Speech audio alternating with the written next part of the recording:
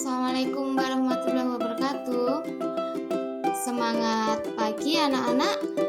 Ketemu lagi dengan Bu Yulis pada pagi hari ini. Semoga kalian selalu dalam keadaan sehat, diberikan limpahan rezeki, dan diberikan ilmu yang bermanfaat dan barokah, dan diberikan kemudahan hidup di dunia maupun di akhirat.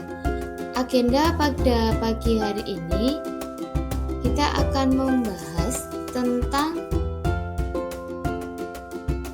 IQ bukan segala-galanya. Apa ya IQ bukan segala-galanya? IQ. Nah, pada pertemuan kali ini tujuan pembelajaran membahas tentang IQ bukan segala-galanya, yaitu peserta didik atau siswa mampu menjelaskan tentang inteligensi, quotient atau IQ, EQ, dan SQ. Yang kedua, peserta didik mampu menyebutkan ciri-ciri orang yang memiliki EQ, SQ, dan EQ yang tinggi. Mungkin kalian juga bertanya-tanya, apa ya Bu itu Bu ya? Nah, yang akan kita bahas yaitu tentang IQ bukan segala-galanya, yaitu tentang hakikat inteligensi atau kecerdasan. Yang pertama, yang kedua tentang inteligensia atau kecerdasan manusia. Yang ketiga yaitu apa sih keterkaitan antara EQ, dan SQ dalam kehidupan kita sehari-hari. Nah, ini ya hakikat kecerdasan. Yang pertama tadi, kecerdasan mempunyai pengertian kemampuan untuk memilih suatu penalaran terhadap fakta atau kebenaran. Nah, ini terdiri dari 3, EQ, SQ, dan SQ. Nah, ini ya macam-macam kecerdasan manusia. Di antaranya kecerdasan intelektual adalah istilah umum yang digunakan untuk menjelaskan sifat pikiran mencakup sejumlah kemampuan. Nah, di sini yang biasanya digunakan untuk tes kecerdasan otak, yang apabila kalian mau masuk ke jurusan ke SMA atau SMK, jurusan IPA, IPS atau bahasa. Kalau SMA pasti ada tes inteligensi question, yaitu kecerdasan otak kalian. Nah, di antaranya kalian itu masuk yang mana? Antara 70-90 IQ-nya termasuk rendah, kemudian 80-90 IQ-nya normal, 91-110 IQ yang rata-rata atau kebanyakan yang dimiliki orang-orang. Yang 111-120 itu termasuk IQ-nya tinggi, atau kemudian yang 120 ke atas disebut superior atau anak-anak jenius. Dan ini tidak semua orang memilikinya ya, hanya beberapa anak aja yang punya talenta untuk kecerdasan otak yang termasuk jenius. Yang kedua yaitu kecerdasan emosional. Kecerdasan emosional adalah kecerdasan yang mampu mengenali perasaan sendiri, perasaan orang lain, mengelola emosi dengan baik dan berhubungan dengan orang lain.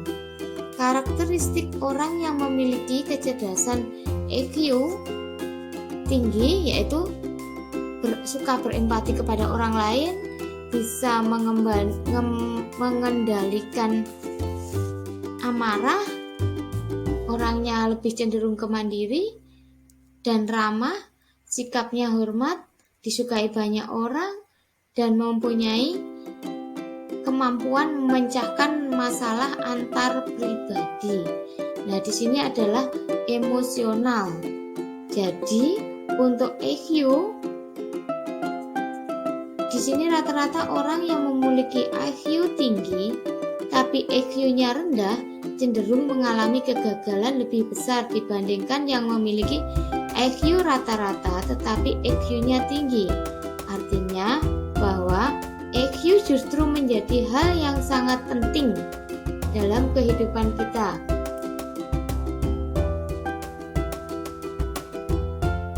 Bahwa penggunaan EQ justru menjadi hal yang sangat penting ya.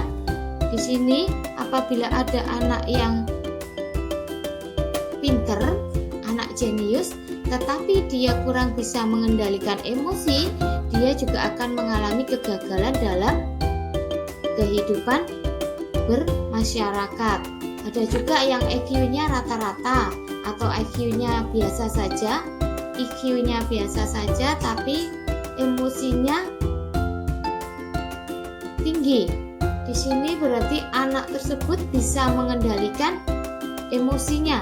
Itu justru cenderung lebih bisa sukses dibandingkan anak yang memiliki IQ tinggi. Nah, itu. Kemudian yang ketiga yaitu kecerdasan spiritual. Spiritual, kecerdasannya kemampuan seseorang untuk mengenali dan memahami seseorang sepenuhnya sebagai makhluk spiritual. Bagian dari alam semesta. Karakteristik orang yang memiliki spiritual tinggi yaitu memiliki kesatuan dalam keanekaragaman, memaknai setiap sisi kehidupan,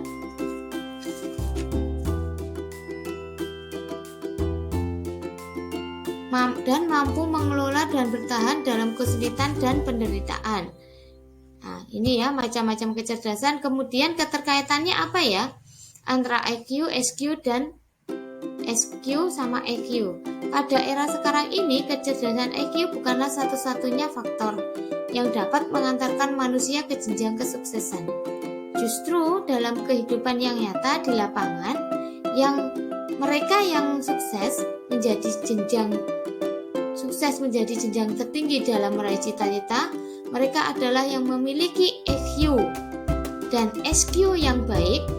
Banyak pemimpin negara yang berhasil memimpin negara dengan baik karena adanya dukungan SQ dan EQ yang mereka miliki. Selain EQ pula yang tentunya baik juga. Nah, dari sini penjelasan tentang EQ, dan SQ. Jadi sangat penting ya kita juga memiliki EQ atau emosi, kemudian spiritual, keagamaan yang bagus, dan EQ juga yang bagus juga. Nah, itu juga harus ada keseimbangan antara ketiganya. Nah, pada pertemuan kali ini Bu Iris tambahkan sedikit tentang hidup bahagia dalam meraih cita-cita ya. Nah, di sini cita-cita suatu impian, harapan seseorang akan masa depannya. Cita-cita banyak dianggap sebagai tujuan hidup, sebagai semangat untuk terus melangkah maju. Nah, di sini ada Bu Iris berikan sedikit cara meraih cita-cita ya. Yang pertama, jangan putus asa. Yang kedua, mengetahui bakat dan potensi. Yang ketiga, melatih kemampuan diri. Dan apabila menginginkan suatu juga harus dilatih. Pengembangan kepribadian, meningkatkan ilmu pengetahuan, dan selalu berpikir maju, tidak pernah menyerah dan tetap berdoa. Itu yang paling penting ya.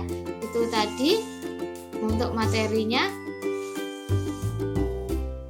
tentang EQ bukan segala-galanya. Jadi di sini EQ itu ada 3, yaitu IQ, SQ, sama EQ. Dan Bu Iris tambahin sedikit materi tentang cara meraih cita-cita. Demikian video pada pagi hari ini. Bu Iris sampaikan terima kasih sudah menonton video ini. Semoga bermanfaat dan barokah ilmu yang kalian dapatkan. Ya, Assalamualaikum warahmatullahi wabarakatuh. Sampai ketemu di pertemuan berikutnya atau video berikutnya. See you.